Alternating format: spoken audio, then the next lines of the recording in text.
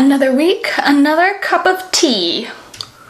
So this week it has CBD oil in it because what I'm about to talk about is genuinely very upsetting to me and has given me panic attacks. So I just need that extra help just chilling out so I can share the good news, bad news with the world and hopefully help you on your journey to become a more conscious consumer, because there are some really awful things happening within the retail industry and some practices that are disgusting, and no one talks about it because companies don't want you to know. They know it's bad, and especially with climate change and everything, it's straight up fucked. Like, it's awful. Last week I posted on certain social media channels, I can't remember which ones, that CBC Marketplace did an investigation into what happens with Amazon returns. They also have an amazing investigation into beauty testers, which I highly recommend because it's disgusting. And honestly, like, even post-COVID, I really don't think makeup testers should be just like out on display for people to stick their fingers in. I think it should be like, you need to request a sales associate to help you, and then you can like swatch everything after they've made sure you've cleaned your hands, because it is just so nasty. Anyways, so CBC Marketplace did this investigation into what happens to Amazon returns. Was I surprised? No, not at all. Because I can't really think of one exception to retailers where I can say for sure they do not destroy their merchandise. Like, really, you have to think twice if you're gonna return to Amazon, because they deal with such volumes that it doesn't make economic sense for them to like reshelve everything and like return things to vendors, and it's like too expensive for vendors to get their products back, so they just let Amazon deal with it. And that's a really messed up part of capitalism. Fashion retailers are 1000% the worst for just destroying unsold merchandise, especially high-end designers or brands with a lot of brand equity. As a business student, I understand making a case for not wanting to dilute your brand by pushing all this merchandise out into outlets or donating it. I get that. However, at the same time, it is despicable to be burning all these resources. Never mind the environmental impact. Like what a waste of every kind of resource there is. If you didn't know, fashion is the dirtiest industry next to coal. That's right. Oil, gas, then it comes clothes. I know that when H&M isn't able to clear their inventory, they will recycle their clothes and turn it into energy. What does that mean? It means they burn their clothes. Like, it was recently, like in the last couple years or something like that, that Burberry stopped destroying their merchandise. Like, it blows my mind that someone would be like, okay, cool, like, we killed this animal for its fur, it didn't sell, so now we're gonna incinerate it. I'm not against leather. I'm actually against faux leather because it's often made out of PVC, which will never break down, and it's toxic in its manufacturing process. So I'm not against real leather because we do use like every part of a cow generally. Like, there's beef and then there's the leather, and I mean, it's still terrible for the environment, but at least it's like kind of more sustainable than producing a lot of vegan leather stuff. I hate that they call it vegan leather. Like, ugh. That's a whole nother thing. Honestly, it's hard to find an exception to this when it comes to beauty. First of all, pretty sure like North America is the only place where you can buy beauty items and return them. Anywhere else, like, you buy it, it's yours, that's it. But I guess they're selling such volumes and the margins are so big, doesn't really matter because you'll just come back and buy more. But yeah, so beauty returns. They end up in landfill. Pretty much, because it is, most of the time, it is almost impossible to tell if something is safe to put back onto the floor. So, like, unless it has like a foil seal or something like that, and you for sure know that a product has not been tampered with, products have to be destroyed in the back room and tossed out. So what can you do as a consumer?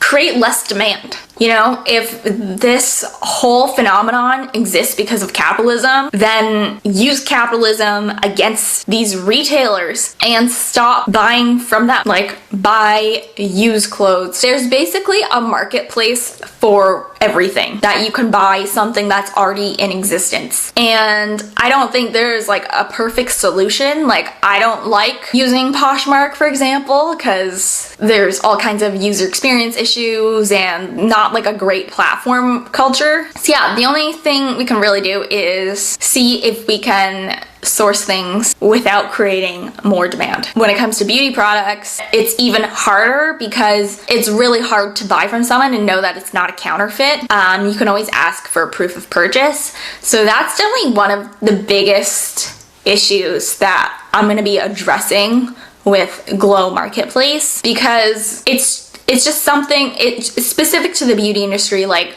authenticity is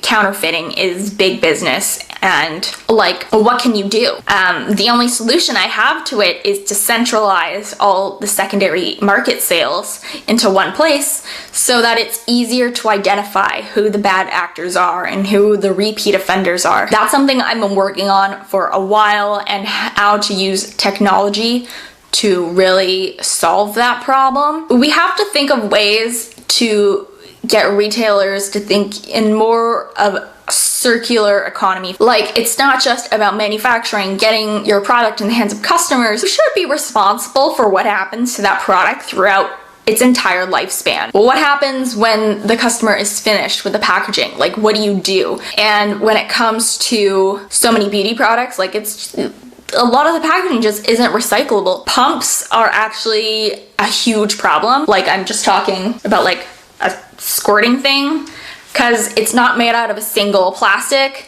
or single material. There's like springs, all kinds of mechanisms. Pumps are absolutely fascinating if you look into how it actually like dispenses product. And I think more brands are looking into using recyclable packaging and selling refill like sizes without pumps. I was really happy to see that with Nude Stick's launch of their skincare, they have fully recyclable packaging. Like, they've always had an eye towards sustainability. Like, they are not perfect by any means, but their tin containers, tin is endlessly recyclable. And people kind of forget that because we're so used to recycling paper and plastic. I mean, the mirrored part that comes on the inside of the tin is not recyclable, but if you separate the mirror out, that tin it can be melted down and used again and again, and the quality of that material will not deteriorate every time it's recycled. There is no easy solution when it comes to sustainable packaging, because it's hard to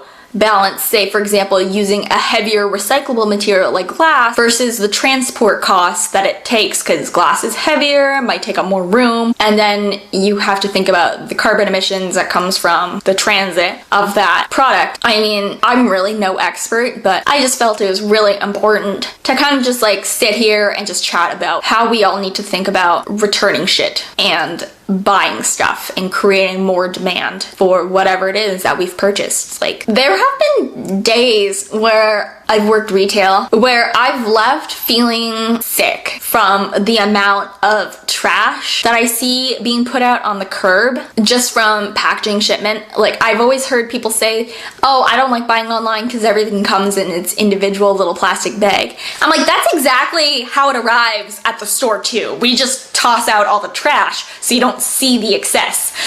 But in addition, it's like, I just felt so powerless as someone at the bottom of the totem pole who was asked to destroy perfectly good merchandise and destroy it in a manner that renders it unwearable. And I refused. Like, I just couldn't bring myself to do it. I didn't do it, so someone else did. And the managers know that it's wrong, but it's what the company policy is. So, like, what do I do? I mean, I sent an email to like the CEO or something, because it's just venting all my feelings, and that made me feel a little bit better. But like, nothing's really changed. It's not something that happens with a lot of frequency, but it does happen. When people bring stuff in, it goes in a trash bag and it gets shipped off. And I wouldn't be surprised if that stuff got shipped off to landfill. Whereas back in the day when I started working retail, if it still had tags on and everything, you would just put it on a hanger, hang it up, and it would go in the sale room. And someone snap it up for like super cheap and it would make their day. But now some things go to an outlet and probably some things end up in landfill. It's like so disheartening how disposable everything feels after a while when you've just been throwing things out. So instead of like fixing something, you're like, oh, whatever, like you can just damage it out. But it's a lot of stuff. And recycling is really hard to implement as well because there's no incentive for employees to do it. And while corporate will be like, yeah, we do these sustainable practices, blah, blah, blah, no one is making sure that it's done where the most waste is being created. And yeah, I'm just thinking about all the stuff that I've taken to the curb that like there was just too much. And it just like, I'm just one person who worked like just a handful of hours per week in retail, and it really made me think. So that's kind of like my story and my background and seeing this stuff happen firsthand. But I've heard so many anecdotes from other people as well of companies destroying toys that could be shipped off to children in need, and the reports of so many companies just getting caught destroying stuff. And like, even if a retailer ships off all the returns or damages to a different facility, they've just outsourced the incineration process to someone else. And that kind of greed is disgusting for corporations to do nowadays. And really the only solution I can think of is to fix a supply chain. Like, we have the technology now to match supply and demand much better than we were able to. We don't have to create so much extra stuff, you know? And we just have to come to terms that you don't need that right now. Like, maybe as consumers, we can wait and we don't need to take home something right away. That's the only solution I've come up with. Like, I've spent countless hours thinking about this, and I just wanted to share my thoughts and make sure that more people are aware of what happens, you know, off the sales floor. And hopefully you've taken something away from this. And when it comes to figuring out what you can do with a beauty product that hasn't worked out for you, like, feel free to put it on Glow Marketplace. And for all those subscription boxes where you get an endless stream of stuff, in a way, like, it's so fun as a consumer to see all the savings and see how, like, if I was to buy this one item in retail, like, I could only afford one item, but I paid the same price and I got like 6 other bonus items. I get how exciting that is, but it's also like kind of messed up, you know? So rehome that stuff the best you can. Sometimes donation isn't the best route because, like, even at, I don't know if it was Goodwill or Salvation Army, probably both, they can put amazing things out on the floor, but if it doesn't sell, it just gets thrown out. And makeup is just like one of those categories that, I don't know, like, for me, I'm more comfortable buying with someone from like one other person. Like, I don't have to think about how many people have like potentially touched it, because makeup artists use this same products between different clients all the time safely. There are definitely ways to do it. Is it guaranteed? No. But that's kind of a risk, and I do feel a lot better like buying something from another consumer who decides they don't want something than buying new. And I also save money. So yeah, that's really all I had to say today. I hope that you enjoyed that. Don't forget to subscribe.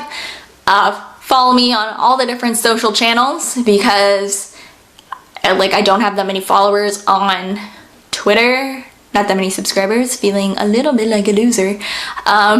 So make my day and hit follow, subscribe, whatever it is. As always, I put all the links down in the description box below, and I'll see you guys next week.